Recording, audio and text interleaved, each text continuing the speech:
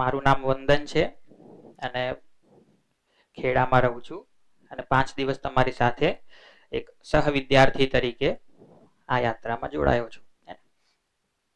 સહવિદ્યાર્થી એ અર્થમાં કે સાથે મળીને આપણે સમજીશું.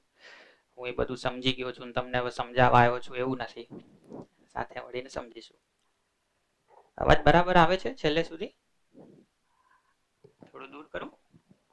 મારે વધારે જોરથી બોલવું પડશે. બરાબર છે?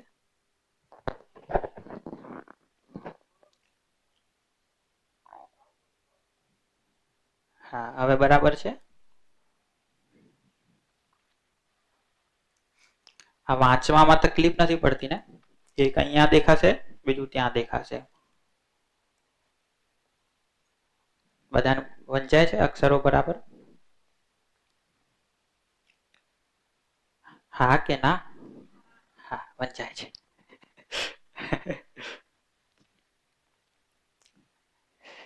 તો ઘણી સારી સંખ્યામાં બધા લોકો હાજર થયા છે. કોઈકના ઉપર તો વિશ્વાસ મૂક્યો જ છે, કાં તો મારા ઉપર. મને તો ઓળખતા નતા, કાં તો ખાલી ફોટો જોઈને વિશ્વાસ મૂકી દીધો, કાં તો ખાલી નામ જોઈને વિશ્વાસ મૂક્યો, કાં તો જીવ નિદ્યાના નામ ઉપર વિશ્વાસ મૂક્યો, કાં તો ગિરીશભાઈ પર વિશ્વાસ મૂક્યો, કાં તો પરાણે બેહાડી દીધા છે કોઈએ પકડીને. વિશ્વાસ મૂક્યો એ બદલ આભાર. પરાણે બેઠા હો તમે જાણો, જેણે બેહાડ્યા એ જાણે. પણ કંઈક ફાયદો થશે એવી આશા રાખીએ. અત્યારે લગભગ એવું અનુમાન છે કે આપણું રજીસ્ટ્રેશન થયા હતા કે લગભગ 100 સંખ્યા છે. અને કોઈ લોકો હજી આવતા હશે તો લગભગ 70-80 તો અત્યારે આવી ગયા હશે એવું અનુમાન છે જોઈને. તો આપણે જેને પરિવાર કહીએ છીએ એનો જે વિસ્તાર હોય એ સમય જતા જતા બદલાતો ગયો ને. આજે પરિવાર એટલે આપણા માટે કદાચ 4 જણા કે 6 જણા. પણ શું લાગે છે ક્યારે એવો પણ કોઈ સમય આ ધરતી ઉપર હશે કે જ્યારે આટલો મોટો એક પરિવાર હોય? શું લાગે છે? કદાચ બધા એક ઘરમાં નહીં રહેતા હોય પણ પરિવાર તો આટલો મોટો હશે 70-80 જણનો? હશે કે નહીં હોય? હશે. અને એટલા મોટા મોટા ઘર હતા કે લગભગ 40-50 જણા તો એક ઘરમાં સાથે રહેતા હતા.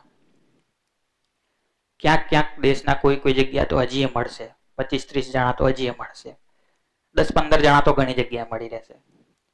પણ કદાચ 50-60 લોકો એક પરિવારમાં સાથે રહેતા હોય, આજે કલ્પના કરીએ તો કેવું લાગે? પ્રસંગોમાં ક્યારેક 2 દિવસ મળીએ તો આટલું બધું બાજવાનું થઈ જાય છે. સવારથી સાંજ સુધી 365 દિવસ આખું વર્ષ 70-80 જણા સાથે રહેતા હોય, એટલા બધા લોકોનું રસોડું ભેગું હશે. છોકરા તો એમને મોટા થઈ જતા હશે, ખબર નહીં પડતી હોય, કેટલું બધું શીખી જતા હશે જાતે જાતે. કેટલું બધું મેનેજ કરવાનું થતું હશે. તો એવા પરિવારો ચાલ્યા ને. શું લાગે છે પછી ટુકડા ટુકડા કેમ થવા માંડ્યા? કદાચ કોઈને એવું લાગ્યું કે ભાઈ સાથે રહીએ છીએ એનો ઝઘડો વધારે છે.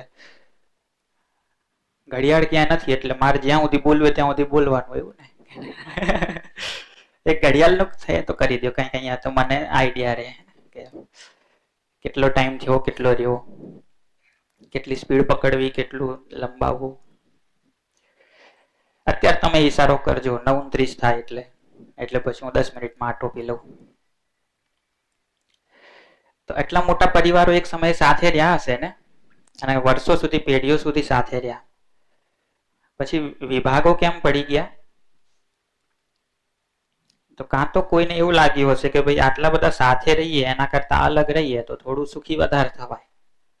આમાં કેટલું બધું કોમ્પ્રોમાઇઝ કરવું પડે, કેટલું બધું વેઠવું પડે. કાં તો પછી નેક્સ્ટ જનરેશન જે એને નોકરી કરવાનું પસંદ કર્યું, હવે નોકરી એ જ ગામમાં લાગે એવું તો જરૂરી છે નહીં, તો જુદા થઈ ગયા. તો કદાચ 40-50 માંથી 20-25 ના પરિવાર થઈ ગયા, 20-25 માંથી 10 ના થયા, 10 માંથી 4-6 ના થયા. હવે અત્યારે તો ક્યાંક 2 જણ રહેતા હોય એટલાને પરિવાર કહેતા હોય એવું એ છે. ઘણા શહેરોમાં જુઓ તો પતિની ક્યાંક એક નોકરી હોય, પત્નીની ક્યાંક એક નોકરી હોય, છોકરો ક્યાંક ભણતો હોય, છોકરી ક્યાંક ભણતી હોય, 4 અલગ અલગ. અને પૂછો કે તમારું પરિવાર કયું, કે હમણાં હાજે વિડીયો કોલ કરશું ને એ પરિવાર અમારો, અડધો કલાક બધા એકબીજાના મોઢા જોઈશું એટલો પરિવાર. એવું થયું છે કે નહીં થયું? થતું રહ્યું છે. ધીરે ધીરે વધારે ટુકડા થઈ રહ્યા છે. એની પાછળ જુઓ તો અપેક્ષા શું છે કે ભેગા રહીએ ને આટલી બધી કચકચ થાય, એના કરતા આપણી રીતે જીવીએ તો સુખીથી જીવાય, વધારે સમૃદ્ધ થવાય, વધારે સુખી થવાય, એવી જ આશા રહી હશે ને. પણ જરાક પાછું વળીને જોઈએ તો શું સ્થિતિ છે? વધારે સુખી થયા કે નહીં થયા? શું સ્થિતિ છે?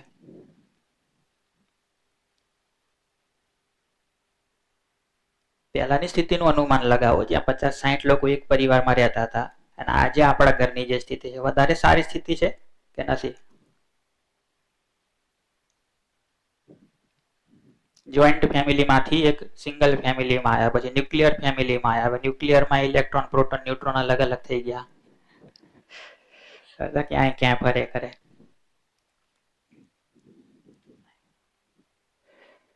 આજે તો ઘણા બધા યુવાનોને પૂછો લગ્ન કરવાની જ ના પાડે, ચાલુ જ નહીં કરવું, પછી ક્યાં વાત રહી પરિવાર.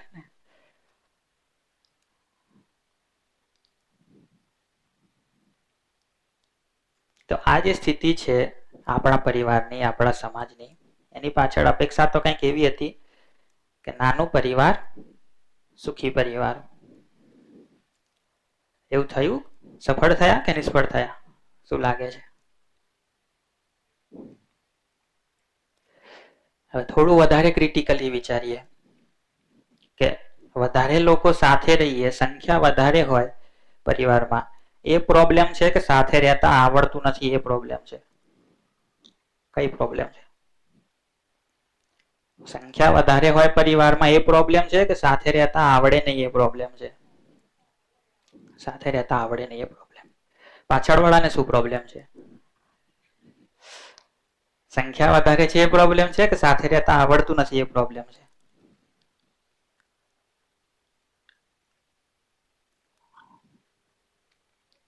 સામાન્ય રીતે જુઓ ને, સાથે રહેતા આવડતું હોય તો 10 જણા સરસ સાથે રહી લે, સાથે રહેતા ના આવડતું હોય તો 2 જણાથી ઝઘડો થાય.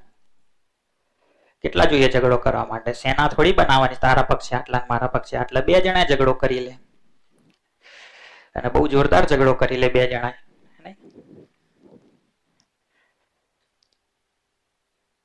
બે જણા હોય, ત્રીજું એક છોકરું હોય તો એ બરાબર છે. પડોશિયાને પૂછે શું અવાજ આવતો તો બકા કાલ ઘરમાંથી તમારે?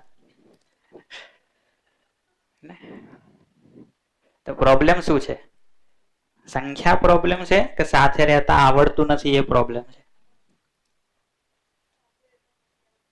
સાથે રહેતા નથી આવડતું એ પ્રોબ્લેમ છે.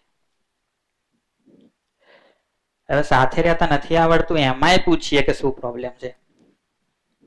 સુવિધાઓ ઓછી પડે છે એ પ્રોબ્લેમ છે? સંબંધનો ભાવ ઓછો પડે છે એ પ્રોબ્લેમ છે? શું પ્રોબ્લેમ છે? સંબંધનો ભાવ ઓછો પડે એ પ્રોબ્લેમ. એવું જ છે કે સુવિધા ઓછી પડે છે એ પ્રોબ્લેમ છે? બધાને એવું લાગે છે?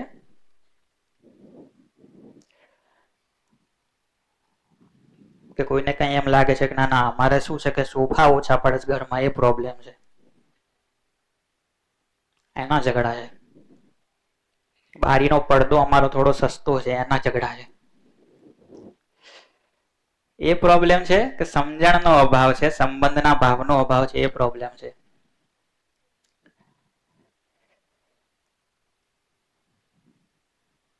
તો આ 5 દિવસ દરમિયાન સંબંધનો ભાવ શું છે,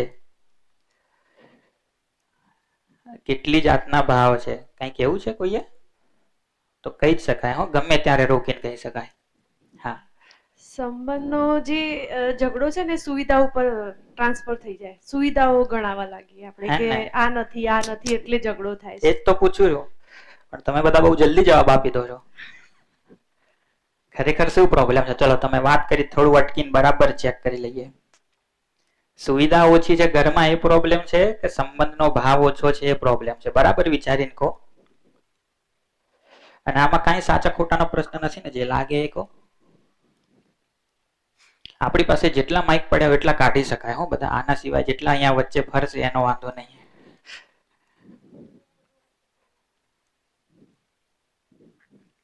જુઓ, જેને કેમેરાની શરમ આવતી હોય એ લોકો નાય પાડી શકે, તમે બોલશો ત્યારે કેમેરો સામે ના લાવો હોય તો વાંધો નહીં, પણ જે લાગતું હોય એ બોલો.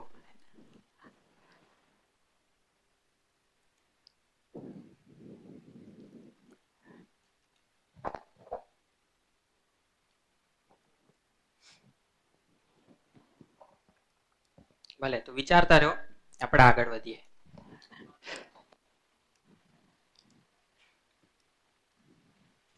તો પરિવારમાં સાથે રહેતા શીખીએ કઈ રીતે? પરિવારમાં જેટલા પણ ભાવની વાત કરીએ છીએ એ ભાવ કેટલા છે? બધા સમજી શકાય કે ના સમજી શકાય? સમજી શકાય તો જીવવામાં લાવી શકાય કે ખાલી વાતો જ કરશું? આ બધી વાતો આપણે શિબિરમાં કરીએ તો ઉપયોગી રહેશે?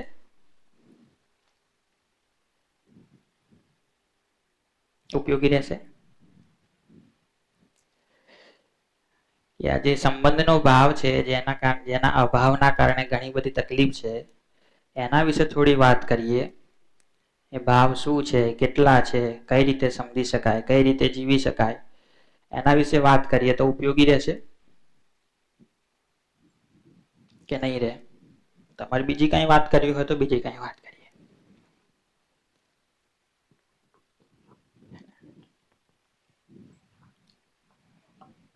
પરિવારમાં જેટલા પણ સંબંધો છે, સંબંધો કેટલી જાતના છે, સંબંધોમાં કેવી કેવી અપેક્ષાઓ હોય? અપેક્ષાઓ તૂટતી જ રહેશે કે પૂરી થશે? એ બધી વાત કરીએ તો ઉપયોગી રહેશે. સંબંધને સમજવું હોય તો સંબંધમાં કોઈ કમસે કમ બે માણસ તો હોય, એક હું અને એક સામેવાળો કોઈ પણ.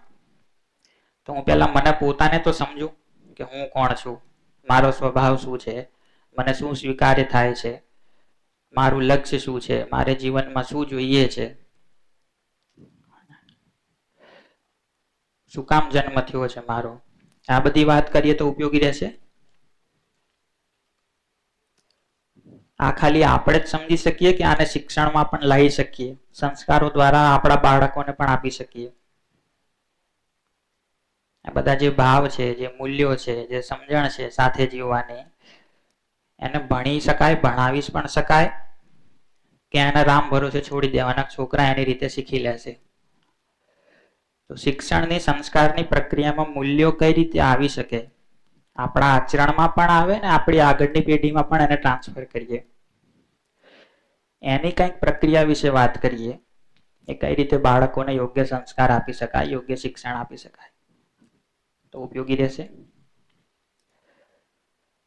અને છેલ્લે આખી એ પ્રકૃતિ શું છે, આ જે કંઈ દેખાય છે આખો સંસાર, એ શું છે, એના નિયમો શું છે, એમાં હું કોણ છું, મારે કરવાનું શું છે, આજે જ્ઞાનની વાતો સદીઓથી દેશમાં થતી આવી છે, એ જ્ઞાન શું છે, કંઈક એની એ વાત કરીએ તો ઉપયોગી રહેશે. એ થોડું ભારે પડશે એટલે છેલ્લે કરશું. પણ પરિવારથી, સ્વયંથી વાતને શરૂ કરીએ તો મહત્વની વાત રહેશે. અને મહત્વની વાત જ્યારે થતી હોય ત્યારે કઈ રીતે વાત કરવી સારી લાગે? હું 3 ઓપ્શન આપું એના તમને, તમે કયો કઈ રીતે વાત કરવી છે. પહેલો ઓપ્શન કે ભાઈ તમને છે ખેડાથી લાંબા કર્યા છે અહીંયા અને આયા છો શિબિર લેવા, તો તમે જે કહો એ સાચું, એવું અમે માનીને ચાલશું. એક ઓપ્શન આ, તમે જે કહો એ સાચું એવું અમે માનીને ચાલશું. કાં તો તમને નહીં સાંભળવા અમારે, તો તમે જે કહો એ બધું ખોટું, એવું માનીને ચાલશું. એક ઓપ્શન આ. બીજો ઓપ્શન એ કે હું જે પણ કહું એનો તમે વિરોધ જ કરશો, એવું ના જ હોય, મારી જ માન્યતા સાચી, હું જે માની રાખું એ જ સાચું. બીજો ઓપ્શન આ. ત્રીજો ઓપ્શન એ કે ભાઈ હું જે કંઈ કહું છું એને સાચું નહીં માની લઈએ અને ખોટું નહીં માની લઈએ, ખાલી સાંભળીશું, સાંભળીને પછી ચકાસીશું, જાણીશું, એને પારખીશું કે ખરેખર મને આ સાચું લાગે છે કે નહીં. કારણ કે ખરેખર શું સાચું છે જાણવાની ક્ષમતા આપણા બધામાં છે. કોઈ કહે અને માનીને એની પાછળ જ ચાલ્યા કરવાની જરૂર નથી. તો જે કંઈ કહેવામાં આવે એના પર સાથે મળીને ચર્ચા કરીને સત્ય શું છે સાથે મળીને શોધીએ. કંઈક ચર્ચા કરીએ, કંઈક પ્રશ્ન કરીએ, ના બરાબર લાગે તો એના પર વાત કરીએ અને એ રીતે આગળ વધીએ. તો ત્રણમાંથી કયો ઓપ્શન તમને વધારે યોગ્ય લાગે? પહેલો, બીજો કે ત્રીજો? ત્રીજો. કોઈને પહેલો કે બીજો અનુકૂળ લાગતો હોય તો બોલો, તો એ રીતે ચાલીએ. ગરમી બહુ છે ને ગરમીમાં દાંત ચડે એટલે બીજો ઓપ્શન રાખીએ. વિરોધ જ વિરોધ કરીએ નકરો. એવું કરવું હોય તો એવું કરીએ. મારે હમણાંથી કેવું થાય છે, મેં 2 વર્ષથી શિબિર લેવાનું ચાલુ કર્યું છે. આની પહેલાની શિબિર થઈ હતી ભીલવાડામાં, રાજસ્થાનમાં. ભીલવાડા ખૂબ ઠંડુ શહેર, ગરમી ખૂબ પડે, ઠંડી ખૂબ પડે, રાજસ્થાનનું સિટી છે. તો ત્યાં એમણે શિબિર રાખી હતી ડિસેમ્બરના એન્ડમાં. લગભગ 6-7 ડિગ્રી તાપમાન હતું. ત્યાં આયોજન આવું જ કરેલું, સવારે 8 વાગ્યાથી ચાલુ કરશું, પણ એટલું બધું ધુમ્મસ થાય કે અહીંથી કેમેરા સુધી ના દેખાય સવારે. બધા મોડા જ આવે, આવી ના શકે તો 9-10 વાગે શિબિર ચાલુ થાય અને એવામાં શિબિર લેવડાય એમણે. હવે બીજી શિબિર ગિરીશભાઈ જુઓ, બરાબર મે માં ગોઠવી ડીસામાં, અને હીટ વેવ ચાલે છે બાજુ. હમણાં સુધી 44 ડિગ્રી હતું, અત્યારે 42-43 તો તોય છે. એટલે પેલું વિજ્ઞાનમાં આવે ને કે ભાઈ આપેલ નવા પદાર્થ ઉપર પ્રયોગ કરીને ચકાસો કે વિવિધ તાપમાને કેવી પ્રતિક્રિયાઓ દર્શાવે છે. એમાં નવા પ્રબોધકને વિવિધ તાપમાને ચકાસો કેવી પ્રતિક્રિયાઓ દર્શાવે છે.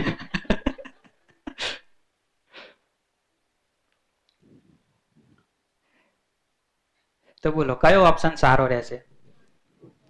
ત્રીજો. પહેલા બેને શું નામ અપાય? વાદ વિવાદ. અને ત્રીજાને શું કહીશું? સંવાદ. તો અહીંયા જે કઈ વાત આપણે કરીએ છીએ એ શું છે? સંવાદ.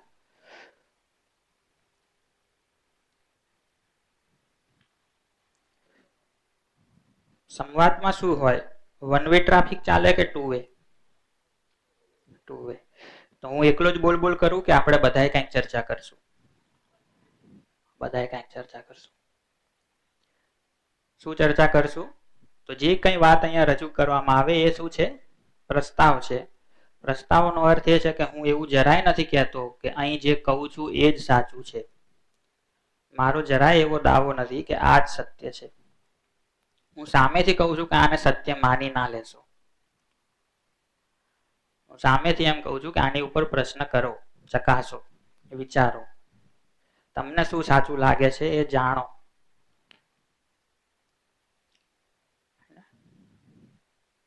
કેવી રીતે જાણીશું? આપણે બધામાંથી કોઈ 1-2 પ્રતિનિધિ બનાવી લઈએ, એ જાણી લેશે અને એ બધા વતી સ્વીકારી લે, પછી બધાએ માની લેવાનું કે બધાએ જાણી શકીએ? બધાએ જાણી શકીએ? કઈ રીતે જાણી શકીએ? કઈ રીતે ચકાસી શકીએ? પોતાના અધિકાર પર. આની ઉપર નહીં ચાલતું, વાંધો નહીં, તમે એલર્ટ રહેજો વધારે કે ક્યાં વાત કરે છે ભાઈ. તો પોતાના અધિકાર પર ચકાસવું એટલે શું પાછું? પોતાના અધિકાર ઉપર ચકાસવું એટલે શું? તો પોતાની સહજ સ્વીકૃતિના આધાર પર. વોટ ઇઝ સહજ સ્વીકૃતિ પાછું? તો મને સહજ રૂપે જે કંઈ સ્વીકાર્ય થાય એ મારી સહજ સ્વીકૃતિ. અંગ્રેજીમાં જોઈએ તો ઉપર લખેલું છે નેચરલ એક્સેપ્ટન્સ. નેચરલી જે મને સ્વીકાર થાય, સહજ રૂપે મને જે સ્વીકાર થાય એ મારી સહજ સ્વીકૃતિ.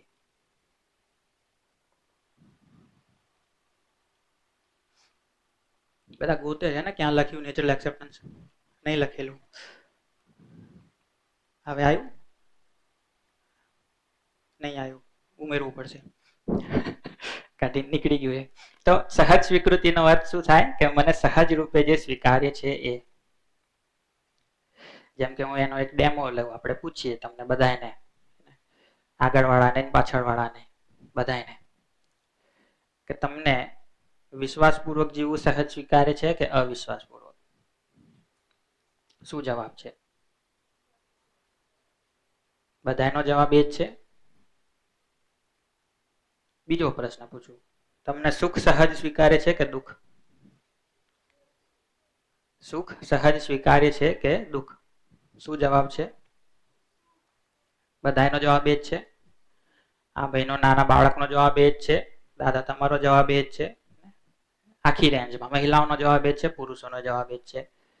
અત્યારે પૂછું તો એ જ જવાબ છે. હમણાં અને પછીના સેશનમાં પૂછું તો, સાંજે પૂછું તો, કાલે પૂછું તો, 2 વર્ષ પછી મળીએ પછી ફરીથી પૂછું તો, અથવા 2 વર્ષ પહેલા મળ્યા હોત આપણે ત્યારે મેં તમને પૂછ્યું હોત તો આ જે જવાબ આવે છે પોતાની અંદરથી, ક્યાંથી જવાબ આવ્યો? આજે મેં પૂછ્યું કે વિશ્વાસ સહજ સ્વીકાર છે કે અવિશ્વાસ, આ જવાબ ક્યાંથી આવ્યો? ગૂગલ કર્યું કોઈએ ફટાફટ? યુટ્યુબ ખોલ્યું? ઇન્સ્ટાગ્રામ જોયું? કોઈ ચોપડીમાંથી યાદ કર્યું? ક્યાંથી જવાબ આવ્યો? કોઈ વિશેષ વ્યક્તિનું વાક્ય યાદ કર્યું? તો એ જવાબ ક્યાંથી આવ્યો? અને આટલો સ્ટ્રોંગ, આટલો મજબૂત, સહેજે ડાઉટ હતો એના ઉપર કોઈને? એ જ રીતે પૂછ્યું કે સુખ જોઈએ કે દુઃખ, આજે તરત જવાબ આવ્યો કે સુખ જોઈએ. ક્યાંથી જવાબ આવ્યો? અને આટલો મજબૂત, એકદમ ફટાક કરતો. તો આ ક્ષમતા આપણા બધામાં છે કે મને સહજ રૂપે કંઈક સ્વીકાર્ય છે. જ્યારે પણ હું મારી જાતને પૂછું કે મને શું સહજ સ્વીકાર્ય છે, તો એનો જવાબ મળે જ છે. તો આને કહેવાય સહજ સ્વીકૃતિ. તો સહજ સ્વીકૃતિના આધાર ઉપર આપણે જાણીશું, પરખીશું, ચકાસીશું કે મને શું સહજ સ્વીકાર છે સત્ય તરીકે.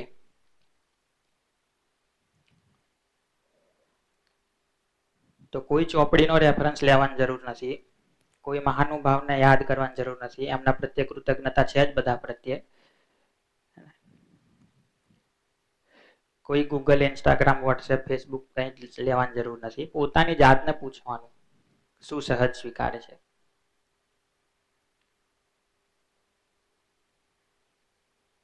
એ રીતે જે કંઈ જવાબ મળે એના આધારે આપણે સંવાદ આગળ વધારીશું. બરાબર? હજી એક વાત કરી લઉં કે પ્રસ્તાવની ભાષામાં જ્યારે પણ વાત કરતા હોઈએ ત્યારે વાત પૂરેપૂરી સાંભળવી પડે કે અડધી સાંભળી લઈએ તો ચાલે?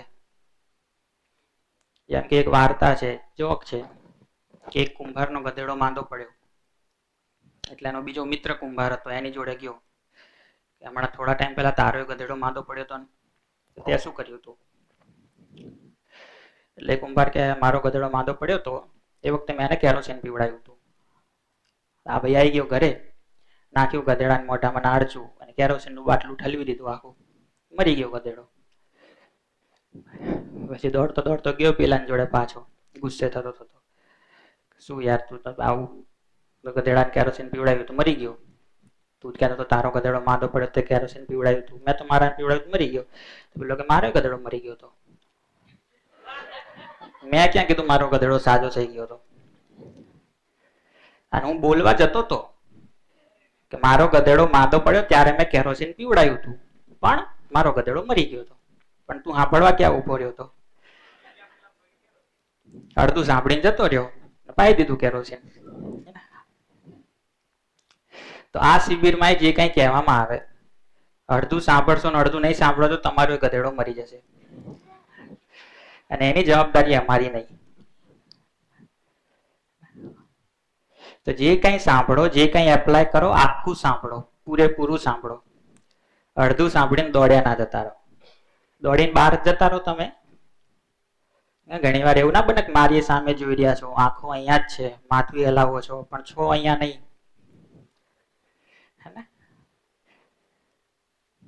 જતા રહ્યા ઘરે કાં તો બીજા કોકના જોડે. હજી ચાલુ કર્યા આપણને કંઈક 15-20 મિનિટ થઈ. કેટલા લોકો એ રીતે બહાર જઈને આવ્યા? કેટલા લોકો જઈને આવ્યા? પ્રામાણિકતાથી કહો તો ખરા.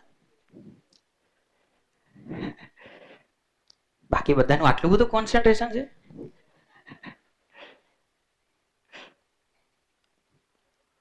તો થાય એવું પ્રયત્ન પૂરેપૂરો કરવાનો કે અહીંયા જ હાજર રહીએ પણ થશે એવું, ટેક ઓફ થઈ જવાશે વચ્ચે વચ્ચે, પાછા આવી જવાનું. આ વચ્ચે વચ્ચે કોમેડી કેમ કરીએ ખબર? આમ કઈક જતા રહે આજુબાજુ બધા હશે ને એટલે પાછા આવે, શું થયું કેમ હશે આ બધા? પછી બાજુવાળા જ પૂછેલા કેમ હશે બધા, શું થયું, શું કીધું?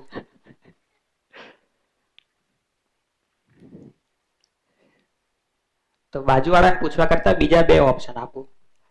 એક તો એ કે અમને પહેલાથી ખબર જ હોય કે આ રીતે બધા ટેક ઓફ થતા જ હોય વચ્ચે વચ્ચે, કારણ કે અમે શિબિર ભરતા ત્યાં અમે થતા હતા,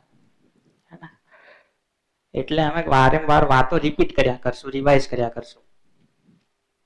તો ક્યારેક ટેક ઓફ થઈ જવા તો થોડી રાહ જોઈ લેવાની, થોડીક વાતમાં વાત રિપીટ થઈ જશે. ઇન કેસ ના થાય તો ગમે ત્યારે શરમ રાખ્યા વગર પૂછી લેવાનું. એમાં એવી નાનપ નહીં અનુભવવાની કે આનું અપમાન થઈ જશે, અને એમ થોડું કહેવાય કે પાછું ફરથી બોલ, હું ઘરે જતો રહ્યો તો. પૂછી લેવાનું, ફરીથી રિપીટ કરી દઈશું આપણે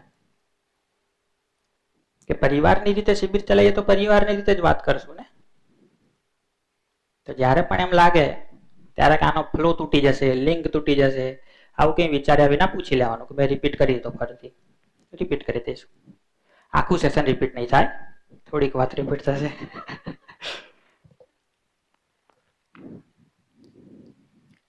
તો પ્રસ્તાવની રીતે વાત કરીએ, સંવાદ કરીએ.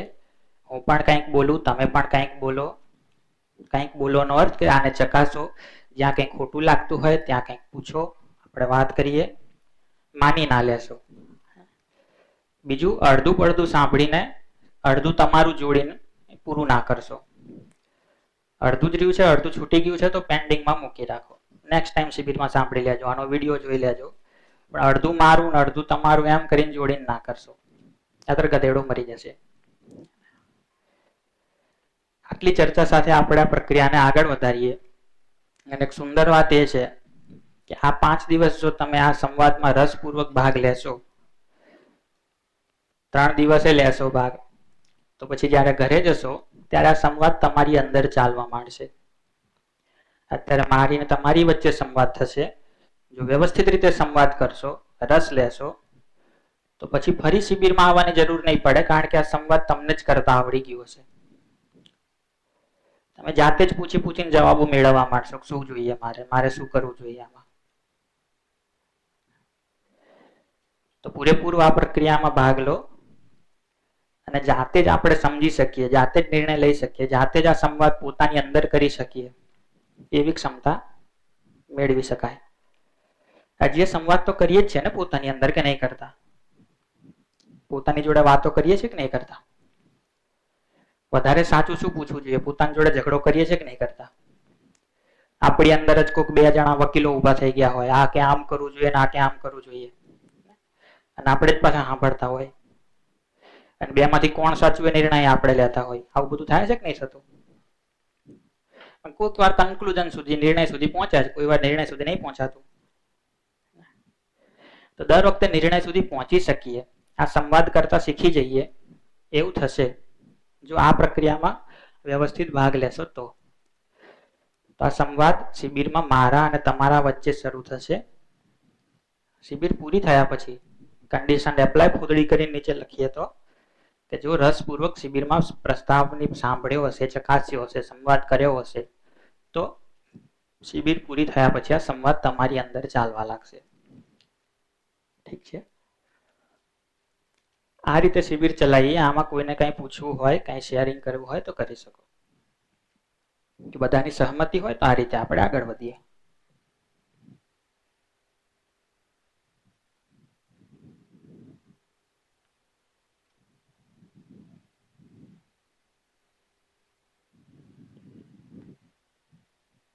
કોને માઇક જોઈએ છે પાછળ?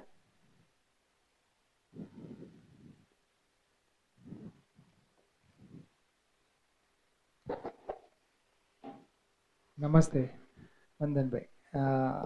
બધા મિત્રોને ખાસ એક આગ્રહ રહેશે કે જો આ શિબિરની મજા લેવી હોય તો એક જ વસ્તુ છે કે 2 વે કમ્યુનિકેટ થાય, આપણી સાઈડથી મેક્સિમમ પ્રશ્નો પૂછાય, અને તો આપણી સાંભળવાની ક્રિયા જે છે, લિસનિંગ છે, વધુ સ્ટ્રોંગ થશે.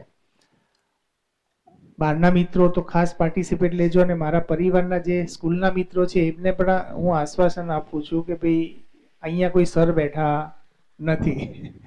મનમાંથી એ ભ્રમ કાઢી નાખજો. હું પણ અહીંયા એક સ્ટુડન્ટની જેમ બેઠો છું, તમે પણ સ્ટુડન્ટની જેમ છો, એટલે મુક્ત મને આપણે પ્રશ્નો પૂછીશું. ઓકે, સંવાદ એટલે વંદનભાઈ એવું કહી શકાય કે બંને પોતપોતાની વાત મૂકે છે અને બેમાંથી કોઈ સાચા ખોટા નથી, પણ બંને સાચાની શોધમાં છે. ઓકે, એ જ તો કે બંને લોકો પ્રસ્તાવની ભાષામાં વાત કરે છે કે મને આવું લાગે છે, એની ઉપર ચર્ચા કરે છે, એને કહેવાય સંવાદ. એના વિશે ઘણી બધી વાત થઈ શકે. પરિવારમાં અત્યારે આપણે કઈ રીતે વાત કરીએ છીએ, સંવાદની ભાષામાં વાત કરીએ છીએ કે શાસન ચલાવીએ છીએ, પણ એ બધું તમારી ઉપર છોડ્યું. આપણે આગળ વધીએ. અચ્છા, ઘણીવાર આપણે પાછું ભાષા પ્રસ્તાવની શીખી જઈએ, એટલે પહેલી વાર બાળકને કહીએ કે તું તારી વસ્તુ જાતે મૂકી દઈશ. કેટલો સરસ પ્રસ્તાવ આપ્યો. હવે એ કે ના, નથી મૂકવી.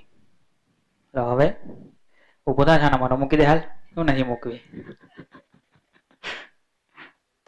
આ સંવાદ ના કહેવાય. હવે ભાવ તો એ જ છે કે મૂકી જ દે તું. પહેલી વાર પ્રયત્ન એ કર્યો, ભાષા એ વાપરી સંવાદની, એને ના પાડી દીધી, તો પછી ઓરિજિનાલિટી બહાર આવી. પણ ઠીક છે, એ બધું તમે જાતે ચેક કરી લો. તો પહેલો પ્રશ્ન સંવાદ શરૂ કરવા માટે આ પૂછું તમને. એ છે પ્રશ્ન ઉપર ચર્ચા કરતા પહેલા એ પૂછું કે પ્રશ્ન વંચાય છે બધાને? ના વંચાતું હોય તો કહેજો, તો આપણે કંઈક પછી 5 દિવસ એમના કહેતા શિબિર હારી હતી પણ કંઈ વંચાતું નતું, શું લખ્યું હતું ઉપર. ભલે, તો અગત્યનો પ્રશ્ન છે, એલ પ્રશ્ન છે. જરાક વિચારો તો એક બાળક કેટલું બધું, આપણે લોકો કેટલું બધું આની પાછળ મચી પડ્યા હતા, તો આજે મચી પડ્યા છે. એનું એક સિમ્પલ ઉદાહરણ જુઓ કે તમે પહેલા ધોરણથી કે જુનિયર કેજી થી જે નોટો લખવાનું ચાલુ કરો છો, બધું ભરવાનું ચાલુ કરો, પહેલા ધોરણથી લઈને કે કેજી થી લઈને કોલેજ પૂરી કરો ત્યાં સુધી તમે જેટલા ચોપડા ભર્યા હોય એ બધા એક જગ્યાએ ભેગા કરો તો કેટલા થાય? એ આટલા આપણી મહેનતનો એક પર્વત ઉભો કર્યો આપણે. એના વિશે એ તો પૂછવું પડશે ને કે આ શું કામ કર્યું, આનો પર્પઝ શું હતો, આનો હેતુ શું હતો. એક બાળકને ભણાવવા માટે મા બાપ એમની આખી જિંદગી આપી દે, એની ફી ભરવા માટે, એને સારી સ્કૂલમાં એડમિશન આપવા માટે, એને ટ્યુશનો કરાવવા માટે. એ તો પૂછવું પડશે ને આનો પર્પઝ શું છે, કેમ કરીએ છે શિક્ષણ આટલું બધું. શું લાગે છે તમારો શું હેતુ છે? તમે કેમ ભણ્યા, અથવા તો તમારા બાળકને કેમ ભણાવો છો, અથવા કેમ ભણી રહ્યા છો?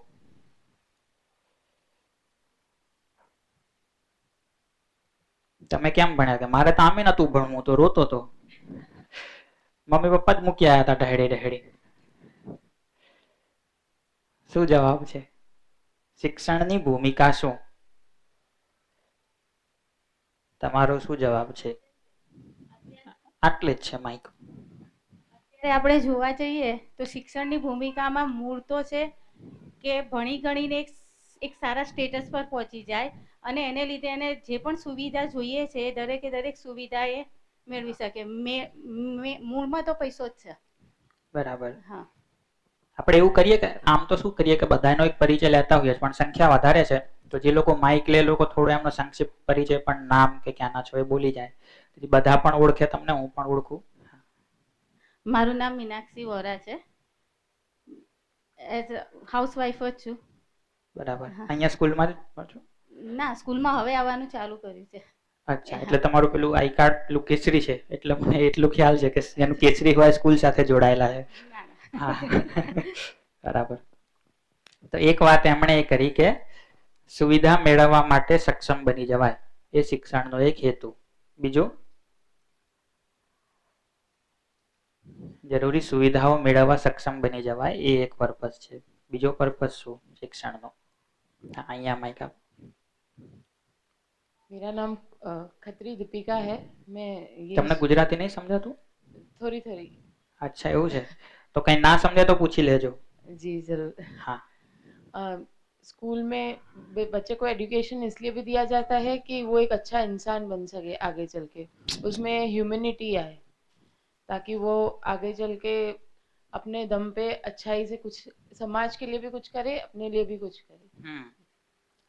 કે એમનામાં માનવતા વિકસે, સમાજ માટે કંઈક સારું કરી શકે, પરિવાર માટે કંઈક સારું કરી શકે. અહીંયા આગળ પણ એક હેન્ડ રેઝ કર્યો હતો.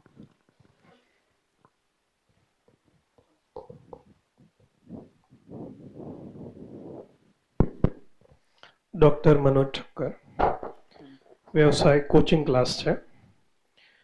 બાળકોને છેલ્લા 32 વર્ષથી ટીચિંગ આપી રહ્યો છું. સામાન્યતઃ શિક્ષણની જે ભૂમિકા છે, જે ઓરિજિનલ ભૂમિકા હોવી જોઈએ, જે આજના યુગમાં દેખાતી નથી. શિક્ષણનો મૂળભૂત ઉદ્દેશ, હાલ બેને જે વાત કરી તે, પોતાની સમજ વિકસે, આ જગતમાં કઈ રીતે જીવવું જોઈએ અને આ સંસારમાં જગતમાં લોકોનું કલ્યાણ કઈ રીતે કરી શકાય એવા એક ભાવ સાથે કંઈક જાણવાની વાત હતી. જ્યારે અત્યારે શિક્ષણનો મૂળભૂત ઉદ્દેશ એ છે શ્રેષ્ઠ રિઝલ્ટ લાવવું, ક્લાસમાં પહેલો નંબર આવવા માટેનો પ્રયત્ન કરવો, બીજાને પાછળ પાડીને કઈ રીતે આગળ આવવું, કઈ રીતે સારી જોબ મેળવવી અને કઈ રીતે પૈસા કમાવા, એ પણ પૈસા આરામથી મળે એવો વ્યવસાય પહેલા પસંદ કરવો, કે જ્યાં આરામથી બેસીને એસીની ઠંડકમાં બેઠા બેઠા આરામથી આપણે કમાઈ શકીએ. પણ સારા પૈસા મજૂરી સાથે હોય તો એ નથી જોઈતું. શ્રેષ્ઠ જગ્યા સારી સિટીમાં મળે એવી જોબ પસંદ કરવી છે. ક્યાંક ગરીબોની મદદ કરવા માટે એકાંત પ્રદેશમાં જવું પડે, પર્વતીય એરિયામાં જવું પડે, આદિવાસીઓમાં જવું પડે, ત્યાં તમને લાખોનો પગાર મળતો હોય તો એ નથી જોઈતું. ગામડાઓમાં જવું પડે તો એ નથી જોઈતું, સિટીમાં જ જોઈએ છે. અત્યારે શિક્ષણ આવું થઈ ગયું છે. બિલકુલ.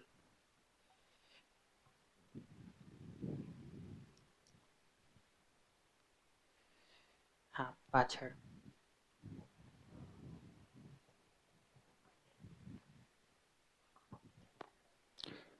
જય શ્રી કૃષ્ણ ભૈયા.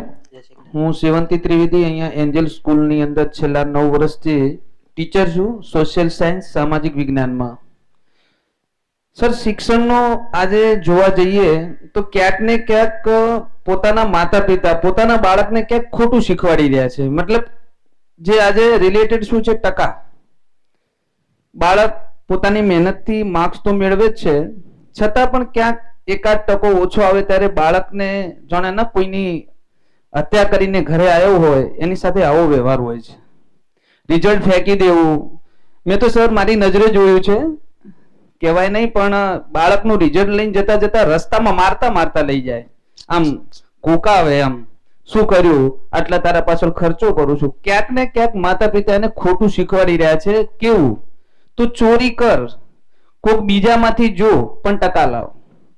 ખરેખર આ બહુ ખોટું શિક્ષણ છે. શિક્ષણ એ જ છે કે જે બાળક ભણી ગણીને આગળ વધીને ક્યાંક પ્રકૃતિને પણ ધ્યાન રાખે, પોતાના પરિવારનું, કુટુંબનું, સમાજનું, અંતે તો દેશનું, તો જ આપણો દેશ આગળ વધી શકે, એક માનવ માનવની સમજી શકે. કારણ કે સર આ જો નહીં હોય તો આ શિક્ષણનો કોઈ જ હેતુ નથી. ખાલી અત્યારે તો એટલું જ છે, ભણીને ટકા લાવો, ભલે ગમે એ કરો. તો મારું એવું ધ્યાન જાય છે કે શિક્ષણનો ખરેખર હેતુ એ હોવો જોઈએ કે એક સારો માનવ બને અને એક નવા સમાજનું નિર્માણ કરી શકે, એનામાં એવી એક ઈચ્છા હોવી જોઈએ. અને હું સર અહીંયા ટીચર જ છું, મારી 10 મિનિટ રોજની 5 મિનિટ તો આ જ હોય છે કે તમે એક માનવ બનો, નેક બનો અને એક બનો. બસ આ જ સિદ્ધાંત સાથે કામ કરું છું અને અહીંયા ફરજ બજાવી રહ્યો છું. જય શ્રી કૃષ્ણ.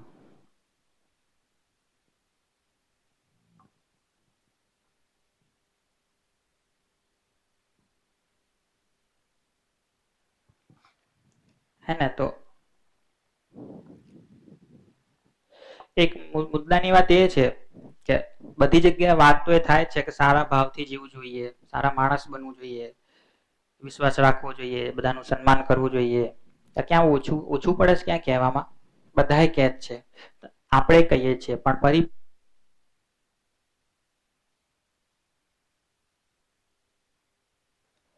આની પ્રક્રિયા શું કે ઈમાનદાર બનવું જોઈએ,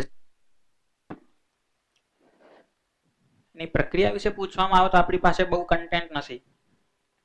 તમને એમ પૂછવામાં આવે, તમે બાળકને કહો છો કે તારે સારી રીતે જીવવું જોઈએ, વિશ્વાસપૂર્વક જીવવું જોઈએ, એ પૂછી લે, શીખવાડો વિશ્વાસપૂર્વક જીવતા, શું જવાબ આપશો? હજી સુધી તો નહીં પૂછ્યું હોય, પણ જેમ જેમ નેક્સ્ટ જનરેશન તર્ક કરતી થઈ છે, લોજિક કરતી થઈ છે, કદાચ પૂછીએ એટલે આપણે કહીએ છીએ કે ભાઈ ઈમાનદાર બનો. પૂછી લે કઈ રીતે બનીએ, કહો, શીખવાડો, શું શીખવશું? હા, સ્કૂલમાં ફક્ત પુસ્તકીય જ્ઞાન જ ના આપવું જોઈએ, મૂલ્ય શિક્ષણના પાઠો પણ સમજાવવા જોઈએ, જેથી કરીને બાળક આવું બધું શીખી શકે. તમારું નામ? પટેલ દીપિકા મહેશભાઈ, પાખર નાની પ્રાઇમરી સ્કૂલમાં ગણિત વિજ્ઞાનના શિક્ષક તરીકે મારી ફરજ બજાવે છે. અચ્છા, આ વાતે ઘણી બધી થાય છે. ખાલી પુસ્તકીય જ્ઞાન ના આપવું જોઈએ, મૂલ્ય શિક્ષણ પણ આપવું જોઈએ. મૂલ્ય શિક્ષણ એટલે શું?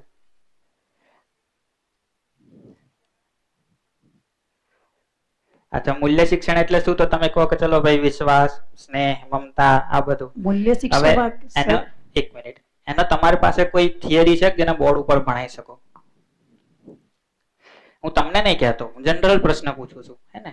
તમે એવું ના માનશો કે હું તમને જ કહું છું કે પેલા સાહેબે જે શેર કર્યું એમને જ કહું છું. જનરલ વાત કરું છું, આપણા બધા માટેનો પ્રશ્ન છે ને કે ભાઈ આપણને જો એમ પૂછ્યું, આપણને ખબર છે કે ભાઈ મૂલ્ય શિક્ષણ આપવું જોઈએ, બાળકોને સંસ્કાર આપવા જોઈએ, બાળકોને આ શીખવવું જોઈએ, એની પ્રક્રિયા શું? તમને જ પૂછી લેવામાં આવે કે વિશ્વાસ એટલે શું? તો આજે પૂછશે બાળક તો આજે તમે કંઈક અલગ જવાબ આપશો, 2 દાડા પછી પૂછશે, 2 દિવસ પછી તમે કંઈક અલગ મૂડમાં હશો તો અલગ જવાબ આપશો. નહીં, બાળક પૂછે કે વિશ્વાસપૂર્વક કઈ રીતે જીવવું, તો શું શીખવશો? હા, બોલો. વિશ્વાસપૂર્વક જીવવા માટે એક તો બાળક જ્યારે આપણને પૂછે, મૂલ્ય શિક્ષણ જ્યારે કોઈ પણ કાર્ય કરતો હોય ત્યારે એને અંદરથી એમ થવું જોઈએ કે હું આ જે કાર્ય કરી રહ્યો છું એમાંથી મારે કોઈ લેવાની દાનત નથી, મારા જે મૂલ્ય અંદર પકડેલું રહેવું જોઈએ. એ મા બાપે એ બાળકોને શીખવાડવાનું છે. મૂલ્ય એટલે કોઈ પણ કાર્ય કરતા હોઈએ ત્યારે અંદરથી મારો ભાવ કેવો હોવો જોઈએ કે અંદર હું કંઈક જાણવા, કંઈક આમ જેને કહેવાય ને ખોટું કરી નથી રહ્યો, કોઈ પણ કાર્ય કરે છે એને મૂલ્ય જાળવીને કામ કરે, એવું મા બાપે બાળકને આપવું જોઈએ. બરાબર છે, ધીરે ધીરે વાત કરીશું એની. હું એટલા માટે પ્રશ્ન કરું છું કે આપણે એ ચર્ચા કરવાના છીએ. પાછળ માઈક આપજો. આપણે પોતે મૂલ્યપૂર્વક કઈ રીતે જીવી શકીએ અને મૂલ્યોના સંસ્કાર, મૂલ્યોનું શિક્ષણ કઈ રીતે આપી શકીએ. હા, મનોજભાઈ ચૌહાણ, ફોટોગ્રાફર. શિક્ષક 0 થી માંડીને 100 ની આપણી આ રિઝલ્ટની એક પ્રક્રિયા હોય છે કે ભાઈ 0% બી આવે ને 100% બી આવે. હવે દરેક વિદ્યાર્થીની સમજ શક્તિ અલગ અલગ હોય છે ને શિક્ષક એ ફક્ત વિદ્યાર્થીનો ક્રમ જાણી અને એને પ્રગતિની દિશામાં લઈ જવું, એ જ એક શિક્ષક હોઈ શકે. એટલે એ જ્યાં અત્યારે ઊભો છે ત્યાંથી એને આગળ લઈ જવું. તો હું મારી રીતે એક વ્યાખ્યાનો જવાબ લખું, તમે વાંચીને કહો કે તમને બરાબર લાગે છે કેમ. શિક્ષણની ભૂમિકા માનવમાં નિશ્ચિત માનવીય આચરણપૂર્વક જીવવાની યોગ્યતા વિકસિત કરવાની છે. નિશ્ચિત એટલે કેવું? સહજ સ્વીકૃતિને અનુરૂપ આચરણ. કે બાળક માનવીય આચરણથી જીવે અને એનું માનવીય આચરણ નિશ્ચિત રહે, એવી એનામાં યોગ્યતા વિકસિત થાય, એ શિક્ષણની ભૂમિકા છે. બરાબર લાગે છે? એના ઉપર હમણાં ફરીને પાછા આવીએ. એક બીજી વાત જોઈ લઈએ. આ 3 જાતના ભય કેટેગરાઇઝ કરીએ આપણે, 3 પ્રકારના ભય. એક હિંસક પશુઓનો ભય લાગે ને, વાઘ ને કોઈ હિંસક પશુ હોય, સાપ હોય, વીંછી હોય, એની બીક લાગે, એક ભય એ. બીજો ભય પ્રાકૃતિક આફતોનો ભય, કંઈક થઈ જાય તો ભૂકંપ આવી જાય, પૂર આવી જાય, એનો ભય લાગે. ત્રીજું માનવના અમાનવીય વ્યવહારનો ભય. ત્રીજું ખબર પડી માનવના અમાનવીય વ્યવહારનો ભય, કે આજે મારી સામે ઊભો છે, હમણાં કંઈક અમાનવીય કામ કરી લેશે, ગુસ્સો કરી લેશે, ચીડાઈ જશે. આ 3 જાતના ભય છે. થોડું ચકાસીને કહો કે તમને 3 માંથી સૌથી વધારે કયો ભય સતાવે?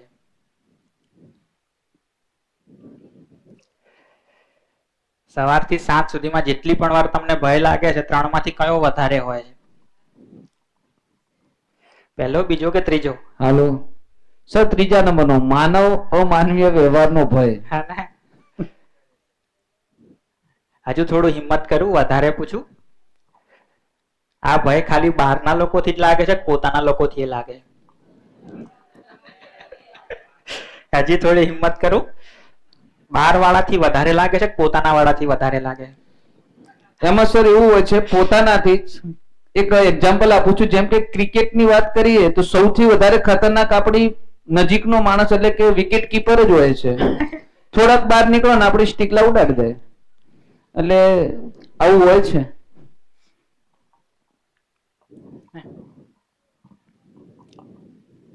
હા, કઈ કહો છો? હે?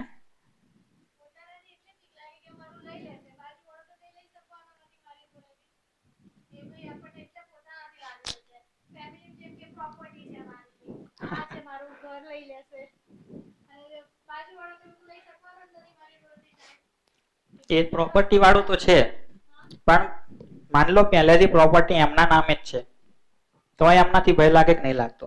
તોય લાગે છે. તો કેમ લાગે?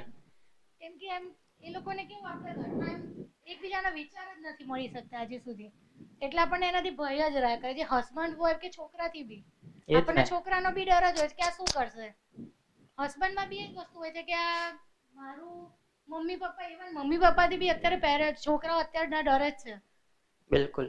કે મમ્મી મારી આમ કરે છે, મારા પપ્પા આમ કરે છે, એ જ છે અત્યારે. એટલે એમ ડર બધાને પોતાનાથી જ છે, બાજુમાંથી ડર લાગતો જ નથી બાજુવાળાથી. હમણાં આપણે વાત કરી શિક્ષણની, એના જ સંદર્ભમાં આ વાત છે. કારણ કે સૌથી મહત્વનો પ્રશ્ન એ છે, આજે ત્રીજો ભય લાગે છે, અભણ લોકોથી વધારે લાગે છે કે ભણેલા ગણેલાથી વધારે લાગે?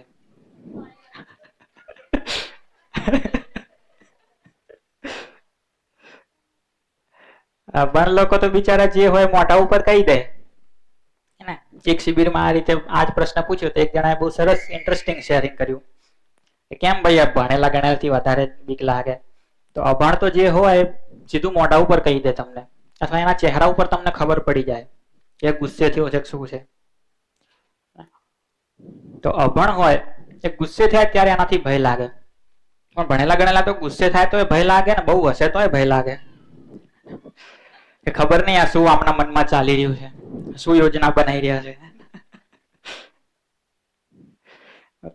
જ્યાં પણ કામ કરતા હો, તમારા ઉપરી અધિકારી, માન લો ગિરીશભાઈ સાહેબ કે સતીશભાઈ સાહેબ, બહુ ગુસ્સે થઈને તમને કેબિનમાં બોલાવે તો બીક લાગે, બહુ હસી હસીને બોલાવે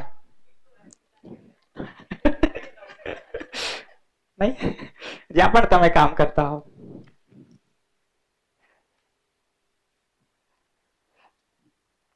તો શિક્ષણનો હેતુ શું હતો? તો શું છે, શું હોવો જોઈએ? માનવમાં માનવીય આચરણની નિશ્ચિતતા થાય. દેશ આઝાદ થયો ત્યારે આપણી સાક્ષરતા કેટલી હતી? કેટલા ટકા લોકો ભણેલા ગણેલા હતા? મને યાદ છે ત્યાં સુધી કંઈક 12-13%. આજે કેટલી સાક્ષરતા? લગભગ 90%. સાક્ષરતા 10% થી લઈને 90% પહોંચાડી. આ ભય વધ્યો કે ઘટ્યો? વધ્યો કે ઘટ્યો? વધ્યો. શિક્ષણ યોગ્ય આપી રહ્યા છે, ગડબડ છે કંઈક? સંસ્કારો યોગ્ય આપીએ છે, ગડબડ છે?